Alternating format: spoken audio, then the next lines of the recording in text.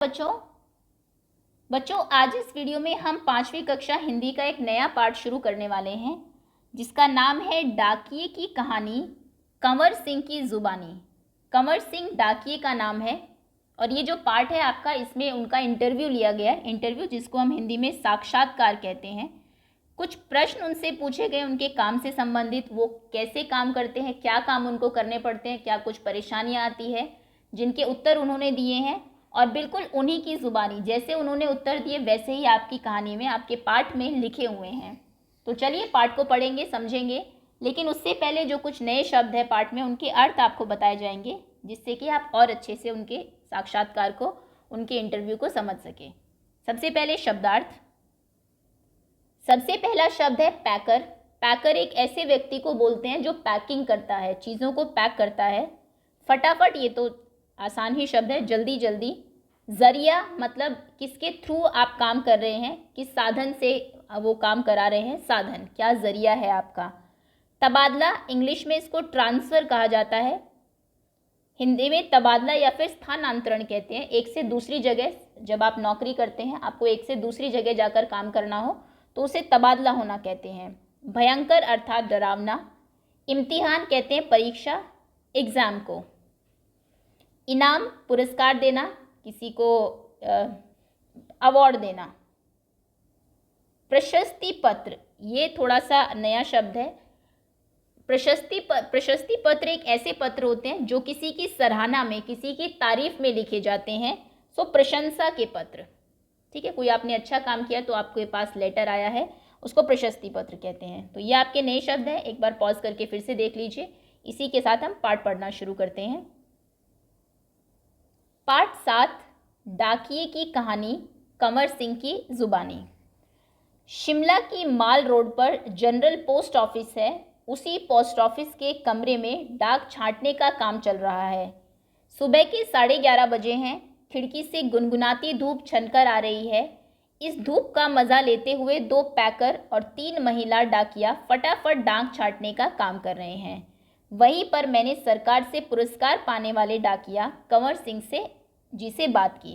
तो जो इंटरव्यूअर है, जो इंटरव्यू लेने गए हैं, उन्होंने पहले थोड़ा सा इंट्रोडक्शन दिया है यहाँ पर कि ये कहाँ की बात है, शिमला, किस रोड की, माल रोड की। वहाँ पर एक जनरल पोस्ट ऑफिस है। तो सुबह के टाइम ये वहाँ पर जाते हैं 11:30 बजे के करीब।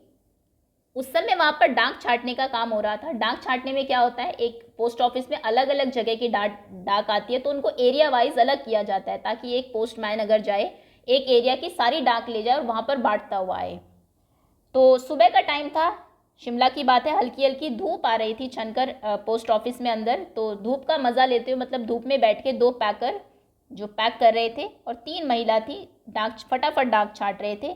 तो वहीं पे एक पुरस्कार पाने वाले, सरकार से पुरस्कार मिला है इनको, डाकिया को, कंवर सिंह नाम है, उनसे इन्होंने बातचीत की। यही बातचीत आगे आपको दी जा रही है। पहला प्रश्न उन्होंने पूछा, आपका शुभ नाम, आपका नाम क्या है। तो वो उत्तर देते, मेरा नाम कंवर सिंह है, मैं हिमाचल प्रदेश के शिमला ज़िले के नेरवा गांव का निवासी हूँ, मेरी उम्र 45 साल है। 45 ईयर्स के हैं ये, और हिमाचल प्रदेश के शिमला ज़िले में नेरवा गांव है, वहाँ के ये रहने वाले हैं। आपके परिवार में कौन कौन है, उनके बारे में कुछ बताइए। मेरे 4 बच्चे हैं, 3 लड़कियाँ और 1 लड़का। 2 लड़कियों की शादी हो चुकी है। मेरा एक और बेटा भी था, वह मेरे गांव के एक पहाड़ी से लकड़ियां लाते हुए गिर गया, जिससे उसकी मौत हो गई। तो ये बताते हैं कि अभी इनके 4 बच्चे हैं, 3 लड़कियां हैं, जिनमें से 2 की शादी हो चुकी है, 1 लड़का है। पहले इनका एक और लड़का था, लेकिन क्योंकि आप जानते हैं शिमला का जो इलाका है काफ़ी पहाड़ी है, तो वो पहाड़ों से लकड़ियाँ ला रहा था, गिरने से उसकी मौत हो गई। आपके बेटे के साथ जो हुआ उसका हमें बहुत दुख है। आपके इलाके में इस तरह की घटनाएँ क्या अक्सर होती है। तो ये पूछते हैं कि हमें बहुत दुख हुआ सुनकर आपके बेटे के साथ जो हुआ, लेकिन क्या अक्सर ऐसा होता रहता है, पहाड़ों से लोग गिरते रहते हैं। जी, ऐसी घटनाओं का होना असाधारण नहीं है, कुछ इसमें अलग बात नहीं है, साधारण सी बात है, ये नॉर्मल है। वहाँ पर यहाँ हर साल तिरछी ढलानों या ढाकों से घास काटते हुए कई औरतें गिरकर मर जाती है। जो ढलान है वो बहुत तिरछी है, तो वहाँ से जब घास काटती हैं कई औरतें तो गिरकर मर जाती है, और बहुत ही नॉर्मल चीज़ है। यहाँ पर काफ़ी मौतें ऐसे हो चुकी है, फिर भी यहाँ ऐसे ही रास्तों से चलना पड़ता है, क्योंकि दूसरे कोई रास्ते होते ही नहीं। पहाड़ों पर रास्ते ऐसे ही होते हैं, पथरीले, उबड़ खाबड़, बहुत ऊंचाई पर ढलान वाले, तो कोई दूसरा रास्ता नहीं है, तो इन्हीं पर ही चलना होता है। हमारे गांव में अभी तक बस नहीं पहुंच पाती है। हिमाचल में हज़ारों ऐसे गांव हैं जहां पैदल चलकर ही पहुंच सकते हैं, तो गांव में अभी भी बस नहीं पहुंचते क्योंकि रास्ता ऐसा नहीं बनाया जा सकता है वहाँ पर। तो वहाँ पर अगर आपको जाना है, चलकर ही जाना पड़ेगा। फिर आपके बच्चे पढ़ने कैसे जाते होंगे? बस नहीं है, रास्ते ऐसे हैं, तो पढ़ते कैसे हैं आपके बच्चे? मेरे बच्चे गांव के स्कूल में पढ़ते हैं। स्कूल लगभग 5 किलोमीटर दूर है। मेरी एक लड़की 10वीं तक पढ़ी है, दूसरी 12वीं तक, तीसरी लड़की 12वीं कक्षा में पढ़ रही है, बेटा 10वीं में पढ़ता है। तो बताते हैं कि गांव में ही स्कूल है, लेकिन वो भी 5 किलोमीटर की दूरी पर, बहुत ज़्यादा डिस्टेंस है ये भी। वहाँ पर इनके बच्चे पढ़ते हैं और उन्होंने बताया कि इनकी लड़कियाँ, एक ने 10वीं की है, एक ने 12वीं, एक 12वीं कर रही है, और बच्चा जो है लड़का छोटा है वो 10वीं में है।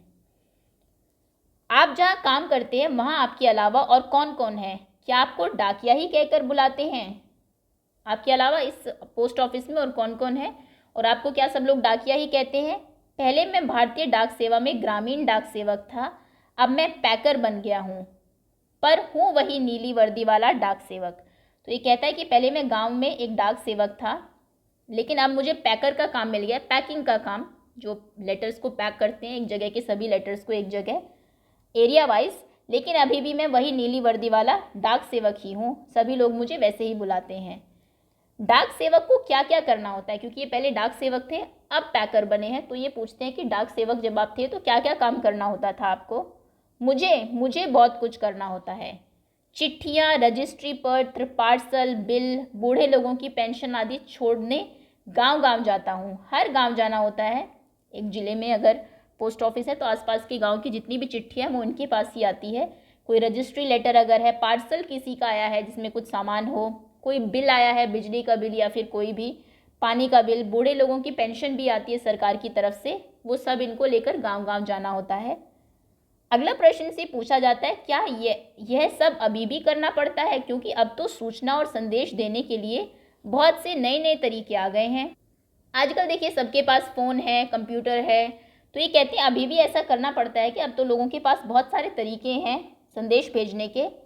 शहरों में भले ही आज संदेश देने के कई साधन आ गए हैं, जैसे फ़ोन, मोबाइल, ईमेल वगैरह, लेकिन गांव में तो आज भी संदेश पहुंचाने का सबसे बड़ा ज़रिया डाक ही है। इसलिए गांव के लोग डाकिये का बड़ा आदर और सम्मान करते हैं। अपनी चिट्ठी आने आदि पाने के लिए डाकिये का इंतज़ार करते रहते हैं। तो ये सब शहरों में है। गांव में अगर आप देखेंगे तो वहाँ पर लोग अभी भी जो अपने मैसेजेस हैं, बातें हैं, संदेश हैं, वो पत्र के थ्रू ही एक दूसरे तक पहुँचाते हैं। और गांव में सब लोग जो डाकिया है उसका बहुत ही इज्जत करते हैं, सम्मान करते हैं, और हमेशा उसका इंतज़ार करते हैं कि कब वो आएगा और इनकी चिट्ठी लाएगा। हमने सुना है कि हमारी डाक सेवा दुनिया की सबसे बड़ी डाक सेवा है। यह भला कैसे? आप भी जानते होंगे अगर कि भारत में जो डाक सेवा है दुनिया में सबसे बड़ी डाक सेवा है। वो इतने जो बड़ा ये पूरा सिस्टम है, ऐसा किसी और देश में देखने को नहीं मिलता। तो ये पूछते हैं कि ये कैसे है? सुना तो आपने बिल्कुल ठीक है। हमारे देश की डाक सेवा आज भी दुनिया की सबसे बड़ी डाक सेवा है और सबसे सस्ती भी है। बहुत सस्ता है पत्र लिखना, क्योंकि 5 रुपये में देश के किसी भी कोने में हम चिट्ठी भेज सकते हैं। सिर्फ आपको उसके ऊपर 2-3 रुपये का एक डाक टिकट आता है, वो लगाना है और लेटर लिख के आप भेज सकते हैं। पोस्ट कार्ड तो केवल 50 पैसे का ही है, यानी 50 पैसे में भी हम देश के हर कोने में अपना संदेश भेज सकते हैं। तो बहुत सस्ता है और सबसे बड़ी डाक सेवा वो भी भारत की ही है। देखा आपने, पोस्ट कार्ड सिर्फ 50 पैसे में। पोस्ट कार्ड में क्या होता है? कार्ड होता है सिर्फ, आपको जो भी लिखना है आप उसी के ऊपर लिखते हैं। इधर लेटर, आपका एड्रेस लिखना होता है आपको, जहां आपको पोस्ट कार्ड को भेजना है। वो प्रॉपर एनवलप में डाल के नहीं आप भेजते, तो वो सिर्फ 50 पैसे का ही है। और बाकी कोई भी चिट्ठी आपको लिखनी है 5 रुपये में आप भेज सकते हैं।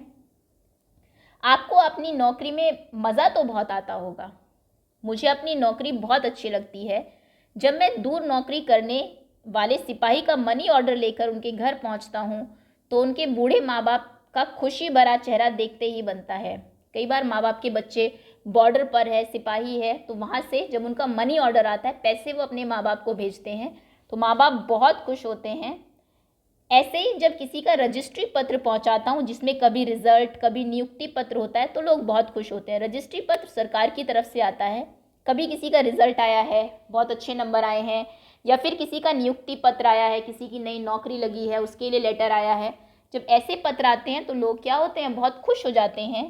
बूढ़े दादा और बूढ़ी नानी की पेंशन के पैसे मिलने पर बहुत ही खुश होते हैं।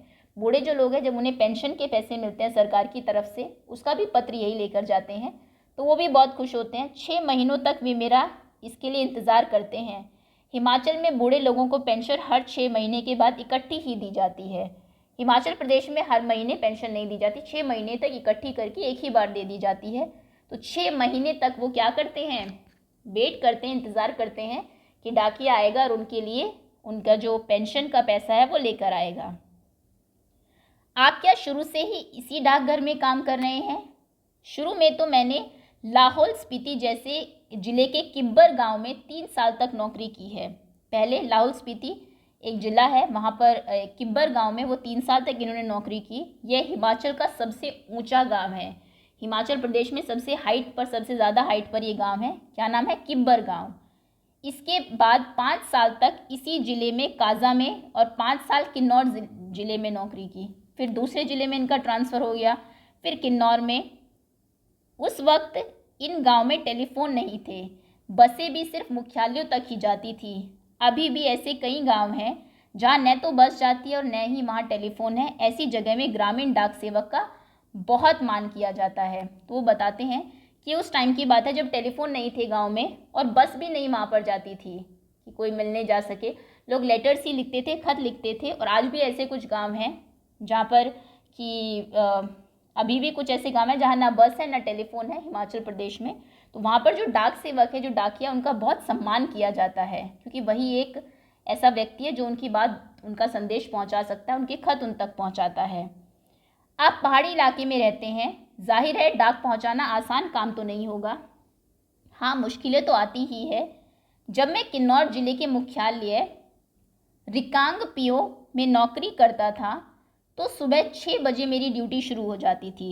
उन्होंने बताया ना, उनका तीसरा जो ट्रांसफ़र था वो किन्नौर ज़िले में था। तो किन्नौर ज़िले का जो मुख्यालय है, हेड ऑफिस जो है, वो रिकांग पीओ में है। जब वो वहाँ नौकरी करते थे तो सुबह 6 बजे से इनकी ड्यूटी होती थी। मैं 6 बजे सुबह शिमला जाने वाली बस में डाक का बोरा रखता था और रात को 8 बजे शिमला से आने वाली बस से डाक का बोरा उतारता था। रात को सुबह से 6 बजे से रात के 8 बजे तक देखिए, पैकर को ये सब काम करने पड़ते हैं। किन्नौर और लाहौल स्पीति हिमाचल प्रदेश के बहुत ठंडे तथा ऊंचे ज़िले हैं। ये आपने सुना भी होगा इनका नाम।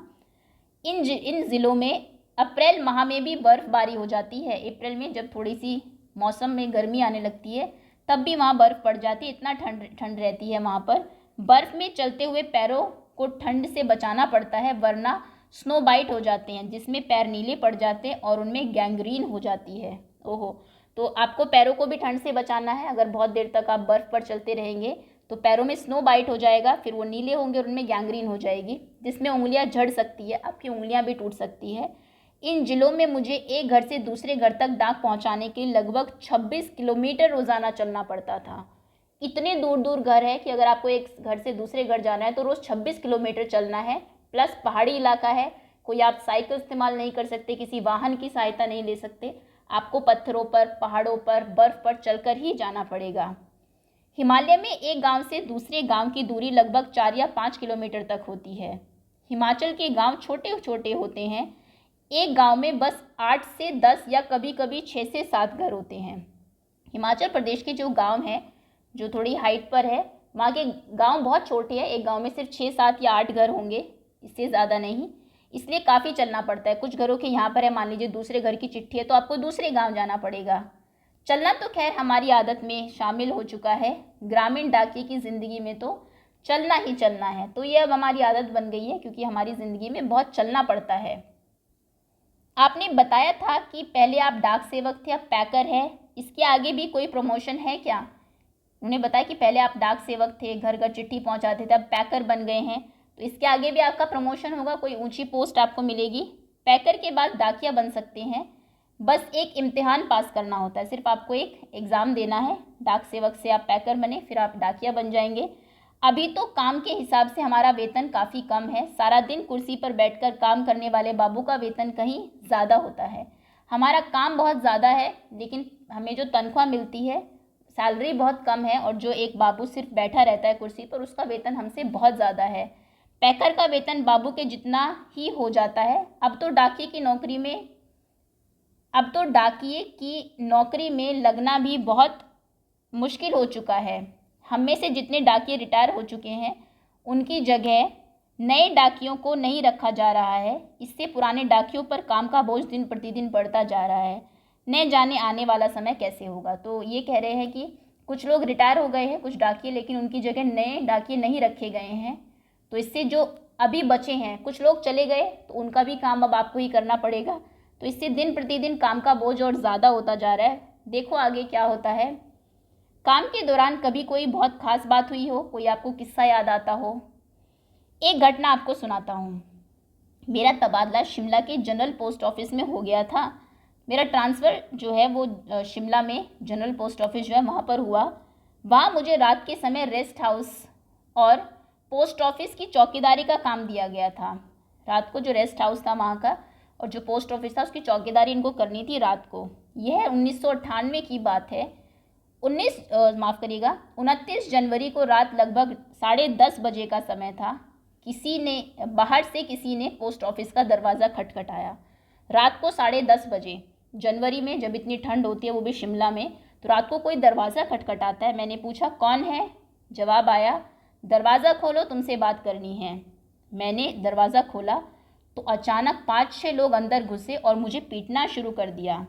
मैंने पूछा क्यों पीट रहे हैं, तो उन्होंने कोई जवाब नहीं दिया। सारे ऑफिस की लाइटें बंद कर दी। इससे पहले कि मैं कुछ समझ पाता कि मेरे सिर पर किसी भारी चीज़ से कई बार मारा, जिससे मेरा सिर फट गया। रात को कोई आता है, दरवाज़ा खटखटाता है, ये खोल देते हैं। वो इनको बहुत पीटते हैं, सर पे मारते हैं, लाइट बंद कर देते हैं। मैं लगातार चिल्लाता रहा। उसके बाद मैं बेहोश हो गया और मुझे कुछ भी नहीं पता न चला। अगले दिन जब मुझे होश आया तो मैं शिमला के इंदिरा गांधी मेडिकल कॉलेज के अस्पताल में दाखिल था। सिर में भयंकर दर्द हो रहा था क्योंकि उन लोगों ने बहुत मारा था। उस दिन मेरा 17 साल का बेटा उन दिनों मेरा 17 साल का बेटा मेरे साथ ही रहता था। उसी से पता चला कि मेरे चिल्लाने की आवाज़ सुनकर लड़का और ऑफिस के दूसरे लोग जो नज़दीक ही रहते थे दरवाजे के शीशे तोड़कर अंदर घुसे और मुझे अस्पताल पहुंचाया। मेरे सिर पर कई टाँके लगे थे जिसकी वजह से आज भी मेरी एक आँख से दिखाई नहीं देता है। तो जब रात को ये चिल्ला रहे थे बहुत, तो इनका लड़का उनके साथ ही रहा करता था, लेकिन क्योंकि इनकी नाइट ड्यूटी थी पोस्ट ऑफिस में, ये वहाँ थे। लड़का घर पर होगा तो वो लड़का और जो आसपास लोग रहते थे वो आते हैं, खिड़की तोड़ते हैं और इनको हॉस्पिटल लेके जाते हैं। वहाँ पर इनको स्टिचेस लगते हैं, टाँके लगते हैं और इस वजह से आज भी इनको एक आँख से दिखाई नहीं देता। इतनी चोट लगी थी सर पर।